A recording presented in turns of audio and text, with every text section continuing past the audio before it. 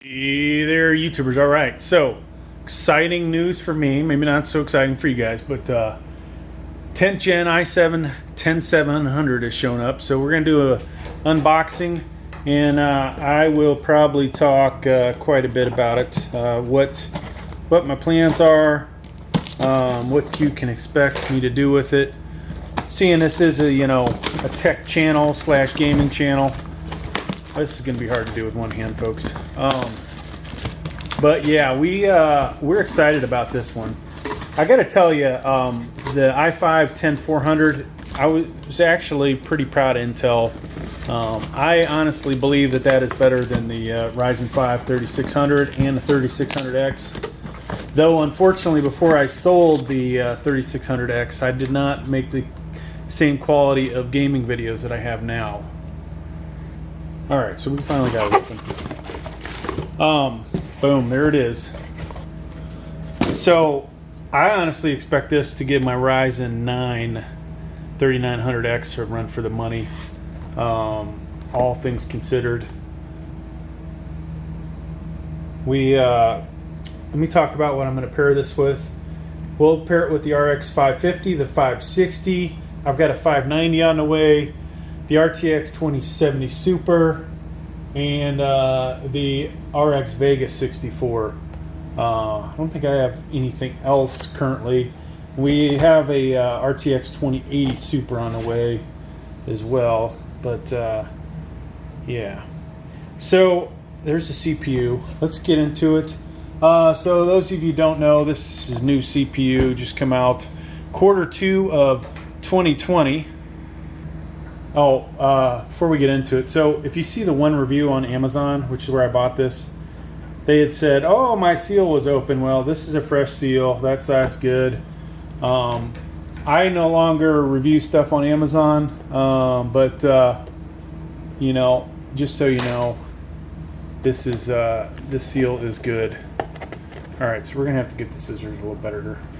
Man, this was a lot easier to do the i5. So 8 cores, 16 threads, processor base frequency 2.9, and the max turbo is 4.8. So that's higher than the i5 was. Not only has this got more cores, but higher frequency. So I would expect quite a bit more. Because if this is like the i5, which I would expect, there will only be 2 cores that can reach 4.8 turbo, and the others will be probably 4.2 or that range.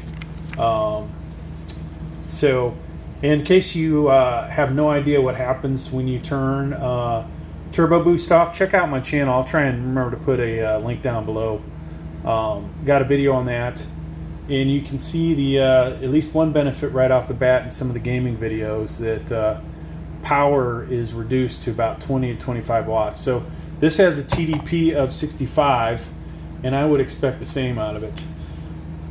Okay, so 16 meg Intel Smart Cache with this guy, bus speed 8 GTs per second.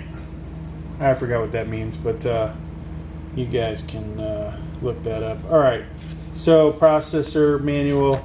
This does come with CPU fan, in case that's what you're watching it for. There it is. This is a different one, folks. That I'll tell you what, it's worth tuning in just to see that. So let's get it out. I believe it's a different model, at least. We'll compare it to the old model. There's your thermal paste. Okay, I usually get tons of these questions. Does it come with thermal paste? That is what you get right there. Okay, it will spread out over the CPU. Intel has obviously knows the exact right amount to put on there. And there's the fan. Let's get an old one, check it out with it. All right, so here's the old one. I have a lot of complaints about the old fan. Not only could it be better as far as performance goes, but they have these cheap plastic doodads. I don't know why they don't go to metal with backing plate like AMD. Even though these are really easy, you just pop it in, and to get it out, you'll twist it out. When they get older, though, sometimes you do have to twist them. In some of my videos, I get a little carried away and you know, forget that detail. But yeah, this looks a little better.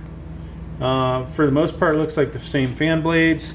I like the fact that instead of the this ugly you know, mixture of cables, they went with one solid cable that looks like it's got protective covering on it. So 3 cables inside of that, same, you know, CPU power connector, or excuse me, CPU fan connector. Basically it's 4-pin.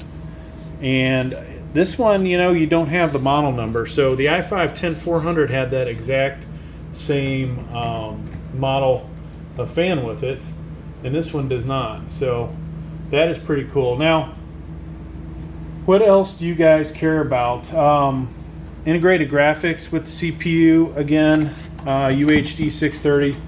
You would have thought that Intel would have improved upon that. The resolution of this guy is 4096 by 2304, so something slightly greater than 4K is. All right.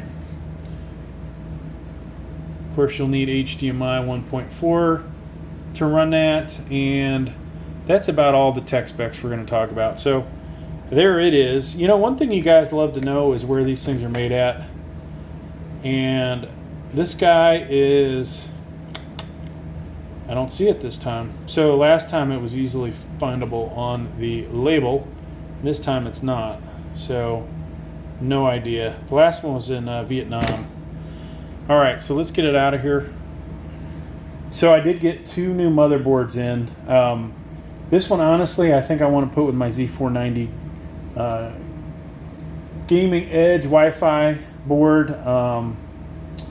That one is the best one, though. You know, this isn't a chip that ends in a K, so we've got a locked chip, and you know, that it's kind of overkill for that motherboard. So who knows? Maybe we'll put it with a new motherboard, so I don't have to take the other computer apart. But yeah, there you go, folks. There is the CPU, the new fan, and hopefully you got something out of this. Thanks for checking out the video. Please like, please subscribe. Thank you.